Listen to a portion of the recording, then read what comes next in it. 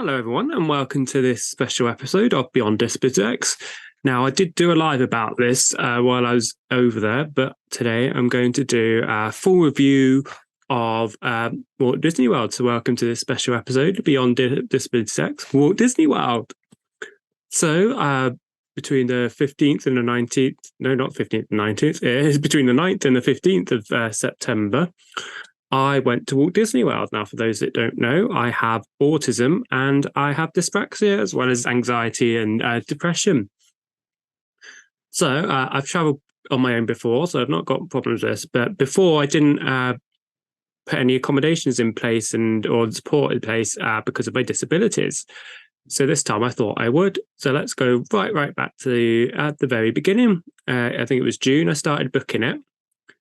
So back in June, I got in contact and my travel Ocean Florida. Definitely recommend Ocean Florida because they try and tailor the package to you and your accommodations and what you want to do and things. As well as for those of you who are blue light workers like me, they do offer a discount. So contacted them, explained my disabilities. They were brilliant. They put in place a meet and greet at the UK side airport, as well as send me a free sunflower lanyard because although it started over here, it is now universally recognised as a hidden disabilities scheme. So I did that. I contacted Disney because they've got a disability access service, which I will explain later on in the video how that worked. So first and foremost, my first tip, be completely open and honest with the travel agent, and then they'll hopefully try their best to put accommodation in place for you. So once I did that, I paid for it. Thought nothing of it. So I flew, I'll go with the airline first. I flew with Aer Lingus. They're an Irish travel company. I can't recommend them enough. They're absolutely brilliant. So I contacted them separately to the travel agent because that's what they recommended to do. They were amazing. They gave me asked me my disabilities, and based on that, they gave me a seat based on what they thought and what we thought. It was a two-way thing, communication. What would be best? So on the aircraft, they had a special hidden disabilities and disability priority boarding, which I didn't have to pay extra for, which boarded before business class and standard seating. I was in standard seating, I wasn't in business class, but it's just a little extra thing that they did. Which was brilliant. I was sat in 9D, which was in the middle front row of economy, which was brilliant. We usually have to pay extra for. I boarded first, got priority. I think I got priority check-in. I got priority boarding as well. They talked through. Yeah, no, it's brilliant. The air cabin crew were aware, which is brilliant as well. They kept asking if I was okay, if I need anything. No, so they were really helpful. Thank you, Aer Lingus. That worked both ways. I had the same seat going in, which was really helpful as well, especially with. So it was familiar to me by the time I flew back. Then afterwards, let's explain about Disney. So Disney. They have I think it's either Disney Access Service, Disability Access Service, DAS scheme. So this is where it gets a tiny bit complicated. So if you're in America, and I think certain other countries as well, what they do is you've got the My Disney Experience app.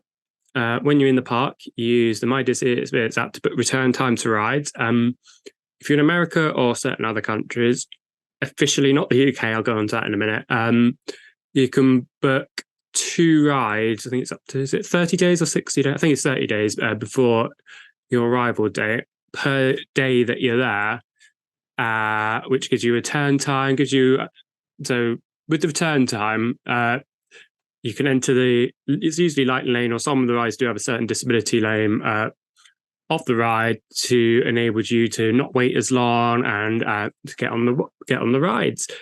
Now, just to be clear, it is not a queue skipping system. But from what I encountered, because you're in the lightning lane, your wait times are less than other guests.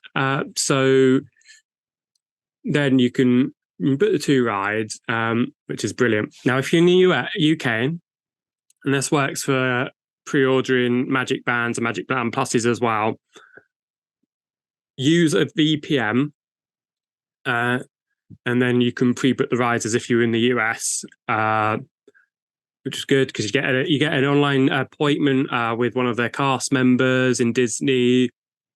They then go through your accessibility accommodations and what works for you and what will be helpful. And then that's when you can also pre-book the rides. About half an hour appointment. Now, you must be present, so the person who requires the disability must be present on this appointment on the video call, even if, because they need to take a picture for their records. Even if, I think it works if somebody else answers the questions, but they just must be present for the picture bit. Then they very helpfully explain my disability, the disability DAS part, and the My Disney Experience app. It's really helpful. That was really, really good. Also, I explained to the cast members on the chat about my things, and they're really, really good as well. So when I got to the hotel, saying All-Star Music, brilliant resort, class of their value, compared to UK value hotels. I definitely wouldn't class it as a value hotel. Definitely, it was a really, really nice hotel resort. Had a lovely pool. All the cast members were lovely. I'll get onto that in a second.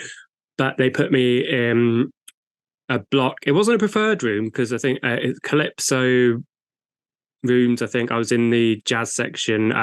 Literally, I was a 1 minute walk away from the pool and the reception, which was really, really nice of Disney. I explained my disabilities. They tried to do their best to accommodate them. And they did say I could be put in a preferred room on my second night if I really wanted to. But to be honest, nothing wrong with my room. And it literally, say, 30 seconds walk to the pool and reception. And I'd already unpacked by then. So yeah, again, the offer was there, which is just brilliant about Disney. I can't shout about how accommodating they are enough. So let's explain about the experience whilst you're in the park. So when you arrive, you'll get access in your My Disney Experience app. You'll get access to the DAS scheme of the app. So you click on that, and then it'll show you for that day, usually 7 a.m., similar to the virtual queues for Guardians of the Galaxy and Tron, and also the Genie Plus and Lightning lanes. Just to be clear, on my trip, I did use a combination on some days of Genie Plus, Disability Access Service, and Lightning lanes. Now, by the end, once I figured out how to use the Disney Access Service, I was using those instead of the paid options. So for those that you don't know, Genie Plus and Lightning lanes are extra and you have to pay more for. It varies per day, per park, based on demand. But because I was only there for 5-6 days, I did want to make the most, and I had rides that I definitely wanted to go on. And some days I had a virtual queue for. I think one day was Guardians of the Galaxy, where I got a virtual queue, but because of the delay in the transport to the bus, so you get an hour. And because I wanted to, I missed a virtual queue slot. So with the Disney Access Service, you get a return time, but you can return any time after that. With Genie Plus and Lightning lanes, you get a 1 hour time slot, and the virtual queues. Just remember that there's a bit of a difference, a bit confusing when you first start. The cast members are really helpful, and also you can use the Disney Access Service at events as well. We'll get onto that. So when you're in the park, get Disney Access Service on your phone. Then you get a list of all the rides based on although this is recorded before January 2024, so you do still have to do park reservations. It might probably be different from January 2024 when they removed the park reservation system. So you get a list of all the rides available for the reservations starting at 7 a.m. each day with a valid park reservation. Obviously, you can park after 2 o'clock, so you can book later on in the day for disability ride access after 2. Then, so if you do pre-book your rides, once you scan in, that allows you to book another ride once you come off the ride, because it'll say, oh, you've been on this ride, you can do it. Or and this is a big one, or after 2 hours you waited, then you get access to another one. It depends, whatever. I think it's whatever's earlier. Yeah, I'm pretty sure that's it. So you click on return time. If you've got a magic band, once you hit your return time, so say, I don't know, you've got a ride reservation for 9:30, let's say, for Slinky Dog Dash. You just go to the Lightning Lane once you're in the park, or the Lightning Lane access or GD Plus access. Scan your magic band, or if you don't have a magic band, you don't need a magic band, but it just, in my opinion, it definitely adds to the experience. You get more interactives. It saves your battery on your phone. Unless you've got a paper ticket, of course. Yeah, I think it's definitely a bonus getting a Magic Band Plus. To try and pre-order it if you can, if you're in the UK. Scan it to the Mickey panel. It works most of the time. Sometimes it scans blue first of all, then it should turn green. Sometimes it stays blue, and then the cast member will check on their iPad or tablet, and then it's usually fine, to be honest. Sometimes if you're a couple of minutes early, they will ask you to wait. Sometimes, which I found, most times they will let you in early. If you're a couple of minutes, obviously if you're half an hour, they will ask you to wait. Then just go into the ride through the Lightning Lane access, and it's minimal queuing time. Like I say, it's not a ride skipping system, but it does reduce the amount of time you queue. Then just keep clicking the app once you come off a ride, and then book your next one. It does depend on the current queue time. So if a queue time's got a 55-minute wait, you will have to wait 55 minutes to return, but then you don't have to physically wait in the queue, if that makes sense. It does work for the virtual queues. So you have to get a virtual queue number, then go up to a cast member once you're there, tell them, I've got the disability thing, and then they'll let you in. If you book a disability access service return time and your queue, and say, for example, so it happened to me, for example, Haunted Mansion went down when I was supposed to return. Very nice of Disney. Again, UK theme parks, please take note of Disney. Little things, which I'll say in a minute. But this is a good thing. If your ride goes down, they'll give you a free Lightning Lane for sort of the same tier of rides, if you like. So Haunted Mansion went down. I could go back on Haunted Mansion if it came back online, or they gave me a list of certain other rides I could. So, for example, and then depending on the tier of rides, I think they've got their own tier system. I could go on any on the same tier. I just need to go up, really, to the ride, scan the Magic Band, they'll let me in automatically in class as a Lightning Lane, but a free one. So, for example, if one of the popular rides, so say if Guardian Galaxy came down, your virtual queue was down, they would give you the same sort of tier ride, Lightning Lane to go back, which is just amazing. And UK theme parks, Alton Towers, Merlin, etc., Drayton Manor, please implement a system similar to this. It's just much more brilliant and efficient, and it's just little things that doesn't really cost you anything. Same with... Yeah, so that's how it works. It worked perfectly. Like I said, towards the end, I was using more disability and I didn't pay for Lightning Lanes or Genie Plus. But I think if it's busier, it's worth getting combination. And if you can afford it, I know not everybody can, and you shouldn't be forced to pay for anything. But to get the maximum experience for myself personally, with a combination of all those three things, it definitely worked out. So yeah, now let's go off slight disabilities a bit. They did give me a disabled room, which was really nice, on the ground floor, which was just absolutely perfect. So less stairs. I know they had lifts, but it's just more efficient. So it was my birthday when I was out there. If you didn't know, Disney do give badges away for certain events. So if it's your first visit, if it's your birthday, if you're getting married, if it's your honeymoon, celebrating anything, they will give you badges, and cast members do acknowledge these. You can have any number of badges. So it's my first visit to America and Disney World and my birthday, so I got both badges. We can talk about pixie dusting for a bit. So for those that don't know, pixie dusting is where cast members go out of their way to make your day more magical, more special. They'll give you upgrades, they give you away free things, or even just saying happy birthday, which just means a lot. So definitely tell them about it if it's a special event or your birthday. I got pixie dusted quite a lot throughout the week. It was my birthday week. So first thing I did, brilliant cast member. So Disney do these cups where you can get unlimited free drinks at your hotel throughout your stay. It's $21.99, which does seem pricey, but when you see the price of the drinks and add it up, it is worth getting these cups. Shame they don't do it for the parks, but the hotels count because you're always going to be there at some point, and you can go back to the hotel and keep filling up. So yeah, he gave me that and a cookie for free on my first night because he saw it on my birthday. I was like, that was really kind. Other examples, at the water park, I got a free rubber duck, random, but who doesn't love a rubber duck?